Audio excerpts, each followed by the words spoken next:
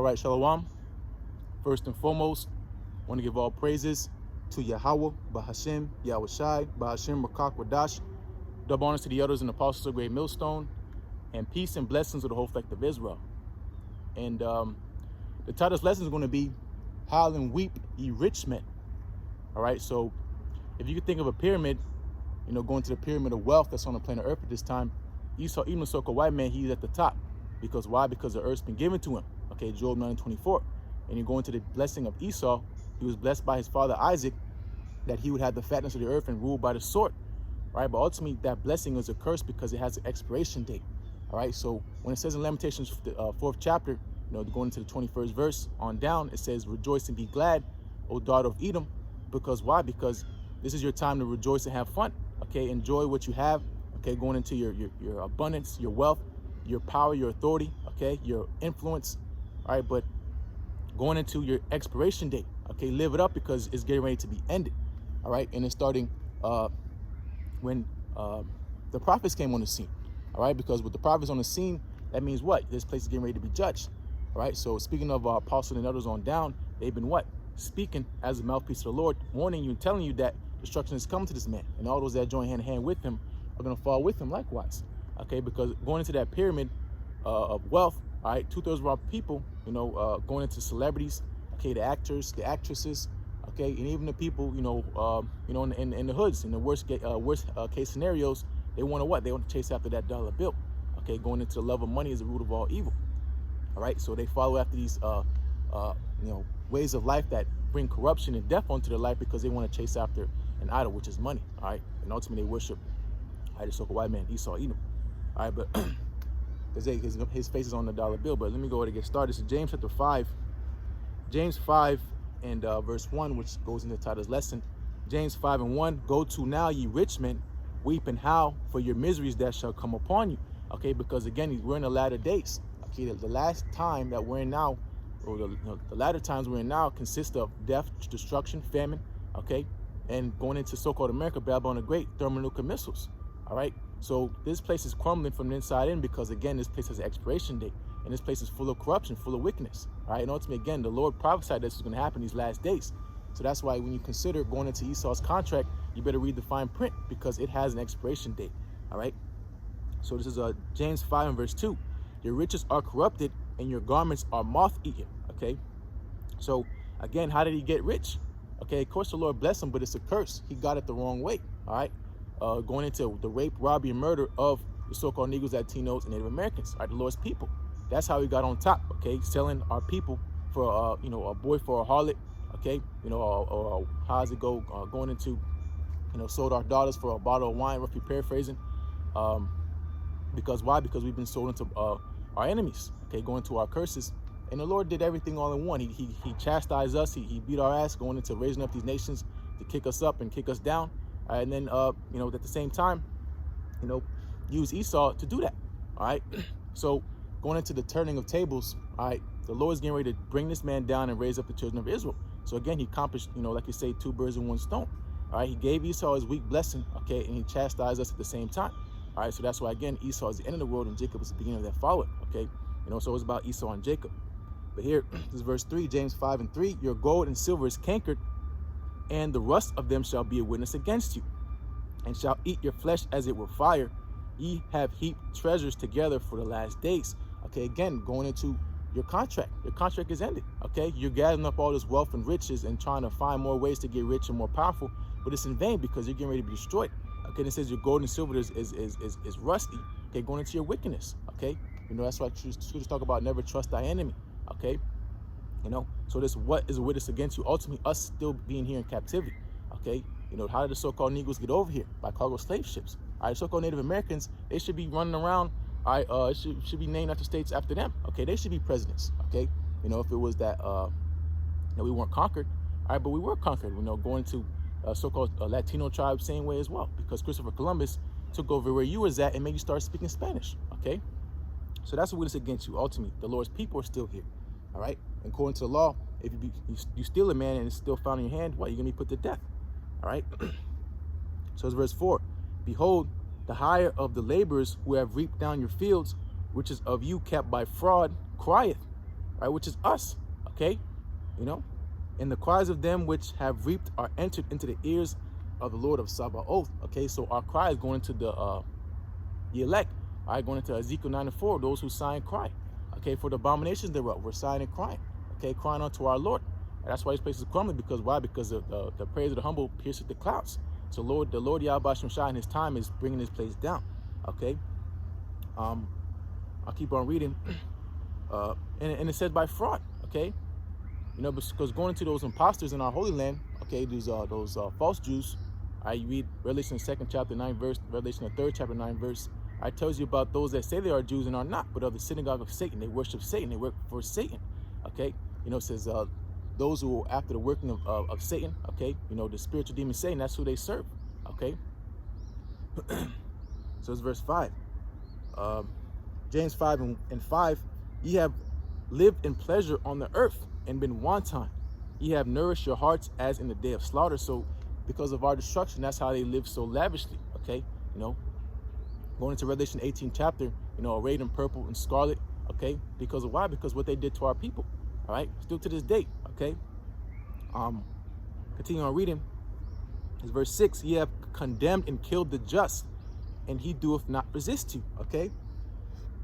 Because we're at peace with you, okay? Again, a prime example is the so-called Native Americans.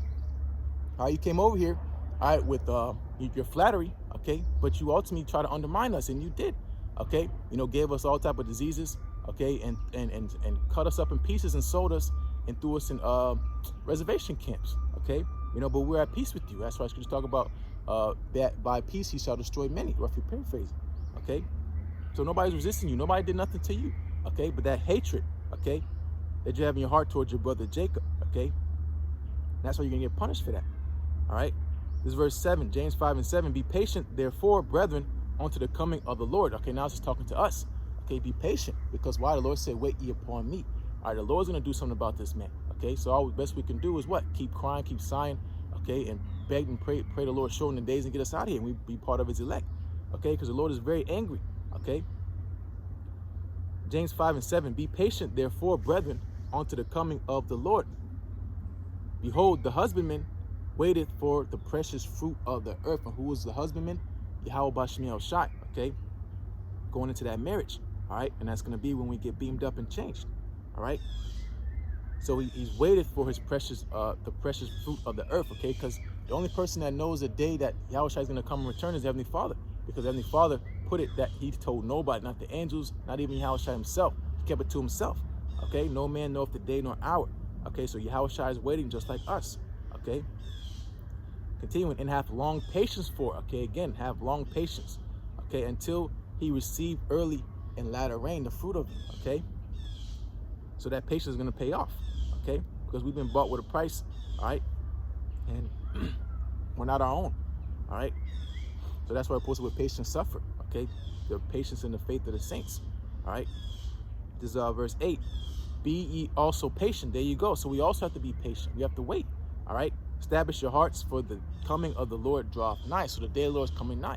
That's why we're supposed to be watching, praying, fasting, repenting, being zealous, okay? Because the Lord is coming very quickly, okay? And it's important that we be on, you know, the same mind as he has said, going to our teachers and elders, you know, following after their footsteps through the Spirit and power of YAHAWASHI, guiding us and leading us, you know, by the fear of the Lord to salvation, okay? But here, freaking bugs again. But here, this is going back to Esau asked. This is Psalm 17 and verse 13. Arise, O Lord, YAHAWASHI, disappoint him, cast him down, deliver my soul from the wicked, which is thy sword. So again, going to Esau, Edom, deliver us from this wicked man, because Revelation 12:12 tells you that you know, he's going to come down having great wrath, because he knows they have but a short time. Okay, he's going to come down on everybody, the trees, everybody. Okay, the squirrel. Okay, and especially you so-called Negroes, Latinos, and Native Americans. All right, because why? Because you're the only people in his way towards his New World Order. Okay, you know, that's why, again, it's always about Esau and Jacob. All right, this is verse 14. For men which are thy hand, O Lord YAHAWASHI, for men of the world which have their portion in this life, and whose belly thou fillest with thy hid treasure.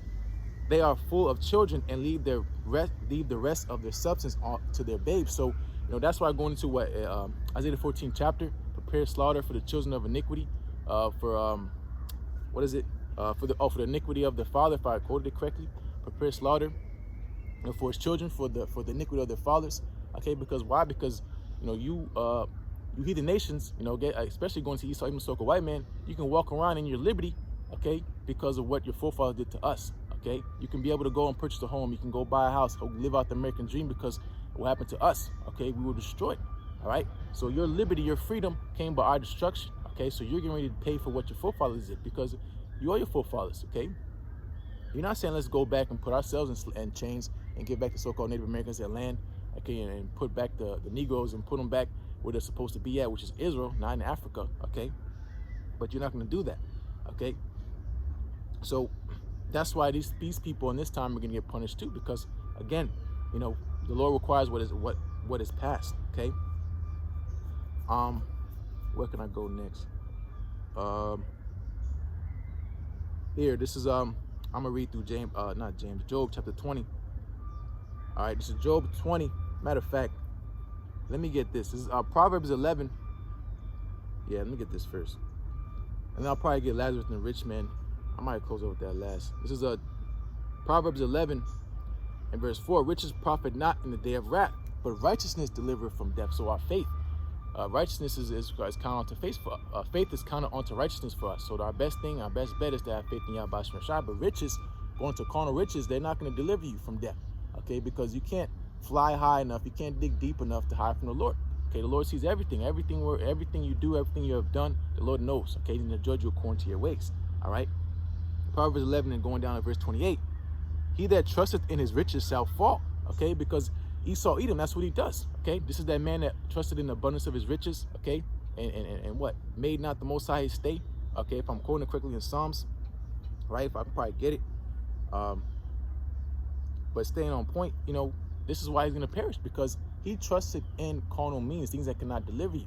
Okay, his horses, modern day horses being the car. Okay, going into his modern day chariots, which is these F-16 fighter jets and so on and so forth. Okay, now he has a space program. All right, it's not going to deliver him. Okay, because the Lord is getting ready to destroy him. All right. But did I finish it? Here, continuing, verse 28. But the righteous shall flourish as a branch. Because why? Because of faith. All right, faith is flourishing. Okay, because of why? Because the Lord YAHAWASHI is intervening and putting it on hearts to believe in Him. Okay, so what? This man can be condemned and pretty much prophecy be fulfilled. Okay, that's what it's all about, prophecy. All right, but here, this is Job 20, and I'll start at verse 15. And I can probably read down to the whole chapter, but for time's sake, because I want to get to Lazarus and the rich man. This is Job 20 and verse 15. He has swallowed down riches, and he shall vomit them up again. The Most High shall cast them out of his belly, so he swallowed down riches, okay, by fraud, by deceit, all right, so on and so forth. Because of why? Because that's what this man does, all right, but he's never had to pay for it, all right. So these high-rise buildings, these nice cars you see flying by, it's all corrupted, okay, because it's been gotten by bloodshed, all right. It's blood money, all right. This verse, probably skip around. This is verse 18. That which he labored for shall he restore, and shall not swallow them down. So this new world order that he's been laboring in, from the foundation of this kingdom, all right, is not going to come to pass. Okay, the Lord's going to disappoint him, all right.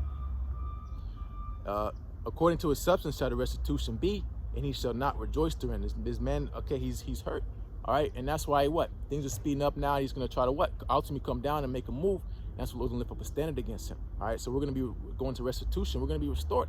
It's going to be by YAHAWASHI and this man, Esau, Edom, so the white man, other nations going to slavery, all right. Verse 19, because he hath oppressed and hath forsaken the poor. The poor is us, all right. I know that poverty, okay, but thou art rich, talking about us, all right, because, continuing, because he hath violently taken away an house which he builded not, okay, so this is the so-called white man, to a T, all right. Again, he has not been judged for what he's done, all right. Just because you die of old age, you're not judged for that, okay. Even if you got in a terrible car accident, the Lord judges the nation as a whole, all right. That's why he did what he did to us, okay. That's what he's getting ready to do, so-called white man, Esau, Edom, all right. Here, I'll move down to verse 23, Job 20 and 23. When he is about to fill his belly, the Most High shall cast the fury of his wrath upon him and shall rain upon him while he's eating. So, right when he's about to fill his new world order, he puts the chip out, making mandatory, you know, try to force it on everybody, and he's fulfilling he thinks he's gonna fill his belly up. But the Lord's gonna what? At the same time, drop these thermonuclear missiles on him. All right, this is verse 24. Whoops. No, I'll go back to verse 22.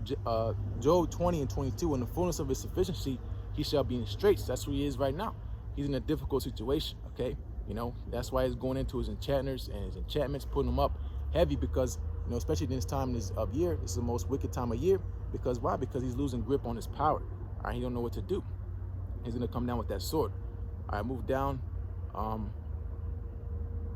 I can read on down to the rest of the chapter, but for time's sake, you know, you can read it for yourself. You know, it talks about, you know, he's going to be revealed, okay? You know, all his goods are going to depart from him because of wrath, all right? You know, and this is the portion of the wicked, all right? That this is what their end's going to be, pure destruction, all right? On a grand scale, all right? Here, now we can go into the parable of the Lazarus and the rich man. This is Luke chapter, and I'm going to wrap up where I'm at, 16 minutes. All right, this is Luke chapter 16 and verse 19. There was a certain rich man which was clothed in purple and fine linen, and had fared sumptuously every day. Okay, this is talking about Esau. All right, you know, Esau, in today's time, you get a visual.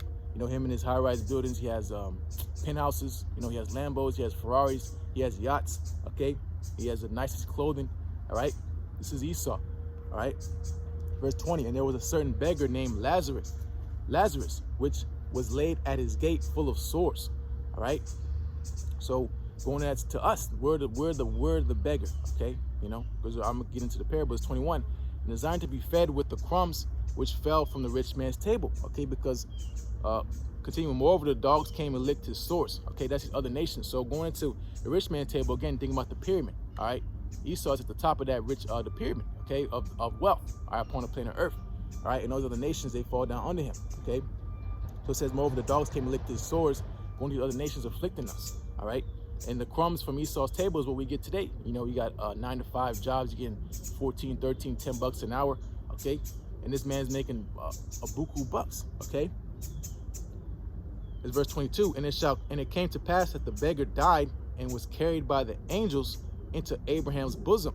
The rich man also died and was buried. Okay. So this devil went down and going to the beggar Lazarus, which is the elect, we got brought up, okay, and put into Abraham's bosom. Because why? Because the promise goes to Abraham, Isaac, and Jacob. All right, not Esau. This is verse 23.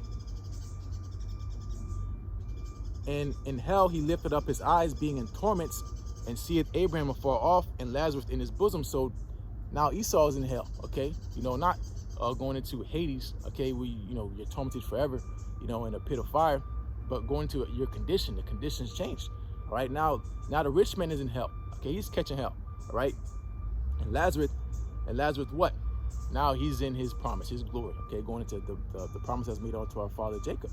All right, which is the fatness of the earth and pretty much everlasting dominion.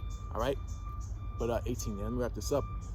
This verse 24, and he cried and said, Father Abraham, have mercy on me, and send Lazarus that he may dip the tip of his finger in water and cool my tongue, for I am tormented in this flame. Okay, because the devil's gonna catch pure hell in our kingdom. Okay, pure hell. All right, he's gonna receive double for what he did unto us. Okay, other nations too. All right, verse 25. But Abraham said, Son, remember that thou in thy lifetime receivest thy good things, and likewise Lazarus evil things. But now he is comforted, and thou art tormented. Okay, because we served our punishment. All right, it's almost up, you know, going to the affliction of Zion. All right, and now it's your turn. Okay, now it's your turn to drink of that cup. Okay, again, going to Lamentations, the 4th chapter. All right, now you got to drink of that cup of what we had to drink, but now it's going to be double unto you. Okay, and that's what's setting up here in these last days. Okay, that's why prophecy must be fulfilled. All these things getting ready to come to pass, the chip, then World War III, and then boom, we out of here. Okay, and those will be part of the elect and get beaten up out of here. But with that, you know, again, the title lesson being woe, howl and weep, ye rich men. Okay, you have, because what? Woe unto that rich, because you receive your consolation. Okay, you know, and getting 2 doors on people too. You're gonna be last in the kingdom. But with that, those words be edifying. Those, as always, want to give all praise to YAHAWASHI, double honor to the elders and apostles of great millstone. Peace and blessings to all for Israel. Shalom.